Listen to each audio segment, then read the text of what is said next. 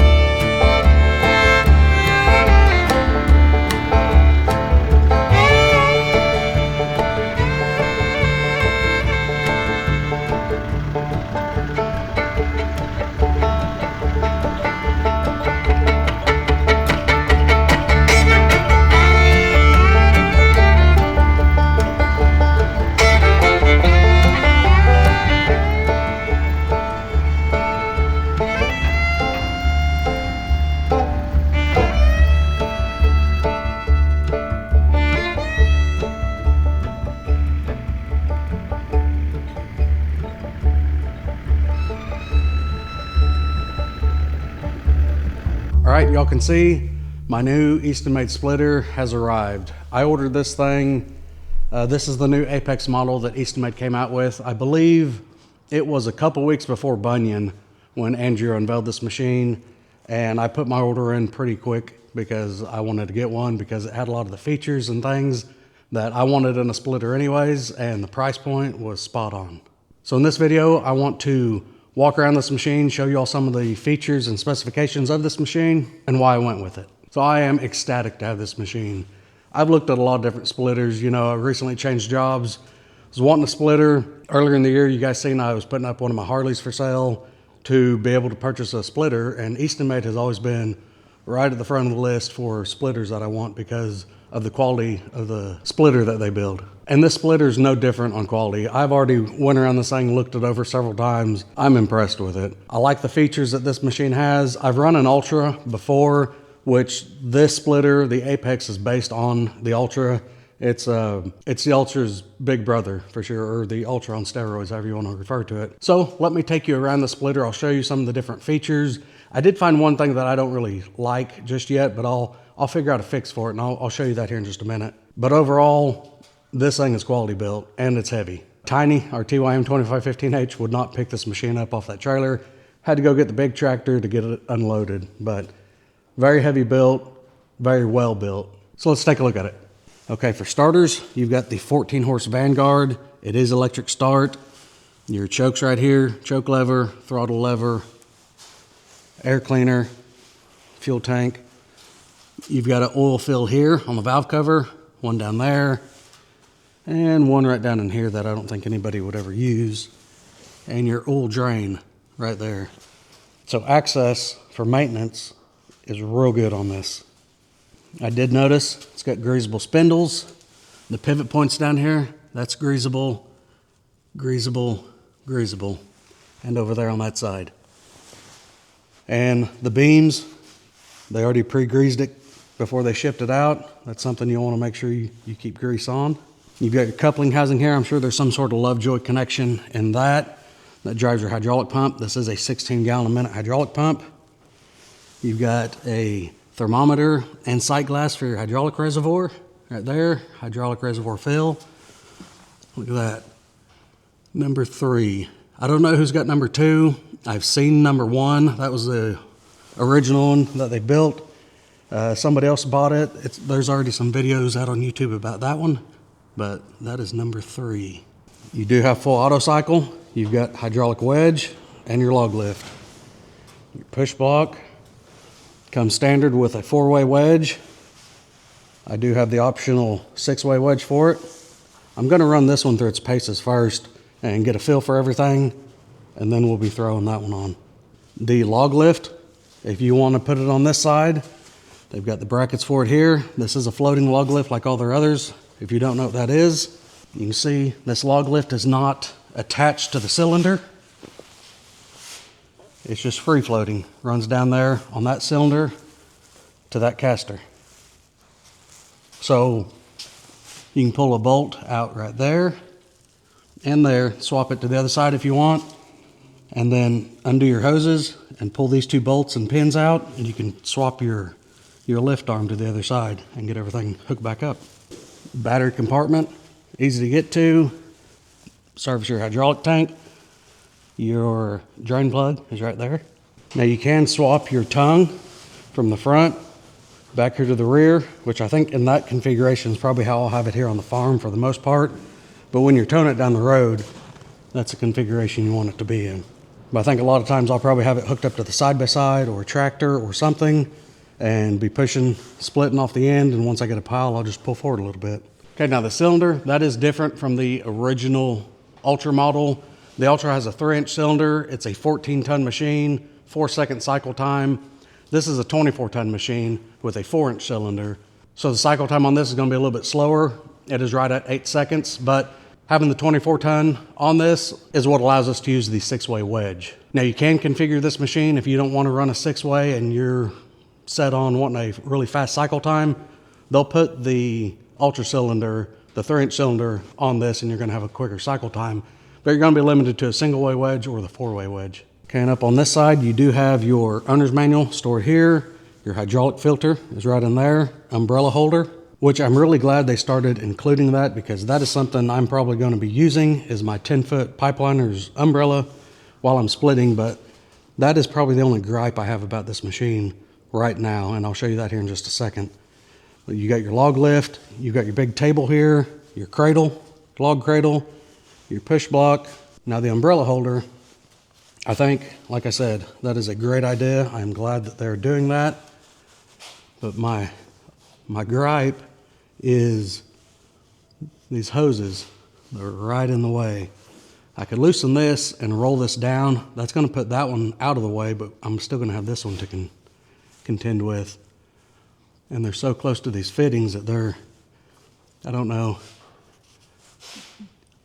I'm not sure. I'll either come up with some jig and have another bracket out here, or I could possibly figure out if this is a JIC or O-ring connector and maybe put 2 90s together and kick that hose out over here. That'd free that little area up. And the tires, these are a full-size tire. These are a 175/80 R13 tire. So you can drag this thing down the highway if you want. I'm sure it's probably a 55-mile-an-hour speed limit on it, but that is way better than the tires on our old box store splitter that's about that tall, about half the height. So let's go over this thing and just kind of compare what's different about this one versus the regular Ultra. All right, so some of the difference of the Apex versus the Ultra, it does have a bigger table. It's got the bigger cylinder on it, which again, you can put the Ultra cylinder on it if you're worried about cycle time. This has a hydraulically adjustable wedge. The Ultra does not. It's pinned in. This has a log lift. This has electric start on the engine, and it has full auto cycle. So all that stuff was things I was wanting in a splitter. because to me, a log lift and a hydraulically adjustable wedge are invaluable. So the Apex does have a ton of more features that the Ultra did not. I've heard people ask over the years, reading in different comment sections and different stuff like that on the Ultras, why they don't have auto cycle, why they don't have a log lift. And well, the Ultra is a entry-level splitter. I've got a video where I ran an Ultra. I liked it. It was a lot of fun. I'll link it up here if I remember. But this splitter, this Apex, has all the features of the higher end models that Eastonmade offers also, but at a cheaper price point. So let's go ahead and let's get some measurements off of some of this just so you guys will know. The table here is 37.5 inches deep. It is 43.5 inches wide. The wedge, just the single wedge, if you run this thing all the way down, it's gonna act as a single wedge. Or if you pick it up any, then you'll start getting to use the four-way. But it's 9 inches from the top of the wing to the top of the wedge. And width-wise, looks like we're about 21 inches from outside point to outside point. And that's about the same here, 21 inches. And the wedge itself, full height, looks like 18.5. And the push block, we're dealing with about a 10 by 10 plate. The width of the log lift, that's about 18 inches. And down to the bend, looks like 31 inches. I think the only thing I'm really going to change on this, and it's no gripe from Eastonmade, I don't think any manufacturer does it, but I'm gonna add a tack / hour meter / service meter to this engine, because I think you really should keep track of the hours you put on it so you can keep track of when you need to service something. This is fairly cheap, got it on Amazon. They're pretty quick and easy to hook up. I'll show you guys that sometime, hooking this thing up. All right, so I think what's next is I'm gonna go ahead and get this thing fired up, and I wanna move everything and see how it functions. Okay, if you're starting it, that's on choke, take it off a stop.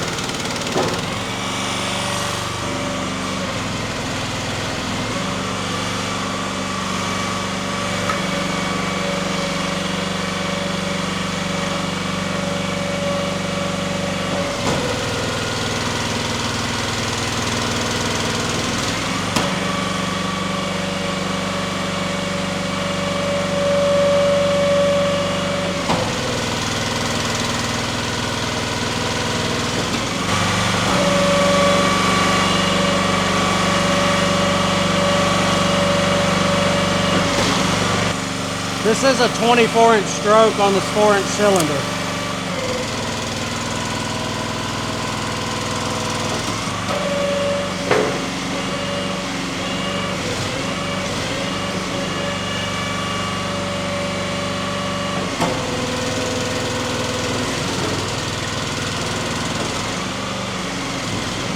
I'm gonna kick the RPMs up on this all the way and we'll cycle it all.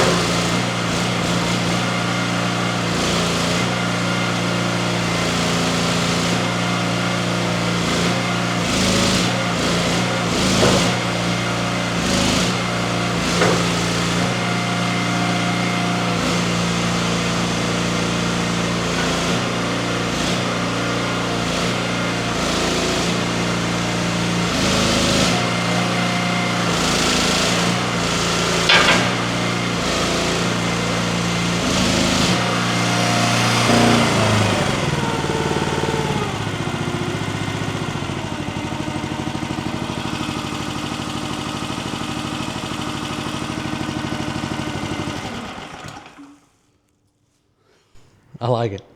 And something else I just noticed, something I'll probably add here in the future, is I like having a fuel shut off on my small engine. So comes out of the tank here, goes to the carburetor. I think we'll be able to split this fuel line right here and just add a quick turn valve there to be able to shut the fuel off to the carburetor. What do you all think? What do you think of all the features of the new Eastonmade Apex? I am a fan. I'm ready to get this thing in some wood and really run it through its paces. So y'all leave a comment down below. Let me know what your favorite feature is on the splitter, or if you're gonna buy a splitter, what is non-negotiable? For me, the log lift and the hydraulic wedge, those were two things that I was really wanting. Was really wanting auto cycle as well, just because I think that's gonna be very handy to have. But this splitter is set up for somebody to really crank out the wood, especially with the 4-way and the 6-way wedge. I'm really curious to see how this splitter handles a lot of the hardwoods that we have around here. We have a lot of sycamore, hickory, elm, oak. All that stuff's extremely hard. Some of it, like the elm and the sycamore, that stuff's so stringy. I don't know, that's gonna be a good test for this. I think the oak and the hickory is gonna be just fine, especially when it's green, because that stuff splits great when it's green. But still, it is a lot more difficult to split than some of the softwoods that a lot of people get. I don't have many softwoods around here. On this property, we really don't have any. So yeah, really looking forward to having this machine. I'll get the hour meter put on it. The fuel shut off, that can be later. The hour meter, I want to get it installed kind of as soon as possible before I really start using this thing. But anyways, everyone, leave your comments down below. Let me know your thoughts. I appreciate you being here. Thanks for watching. We'll see you in the next one.